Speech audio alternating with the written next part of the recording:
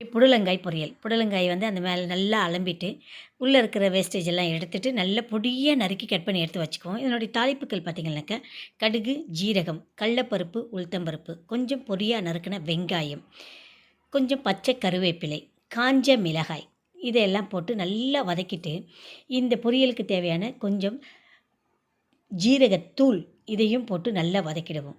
இது வதக்கினதுக்கு அப்புறம் பார்த்தீங்கன்னாக்கா, நம்ம நறுக்கி வச்சிருக்கிற புடலங்காய போட்டு நல்லா கிண்டி கிளறி விட்டுட்டு, தண்ணி இல்லாம கொஞ்சம் ஒரு 10 நிமிஷம் நல்லா வேக விடுவோம் ஆவியிலேயே.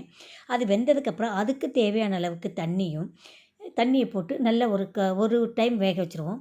அடுத்து இப்போ அதுக்கு தேவையான அளவுக்கு உப்பு போட்டு ஒரு 10 நிமிஷம் வந்து மறுபடியும் மூடி போட்டு வைங்க.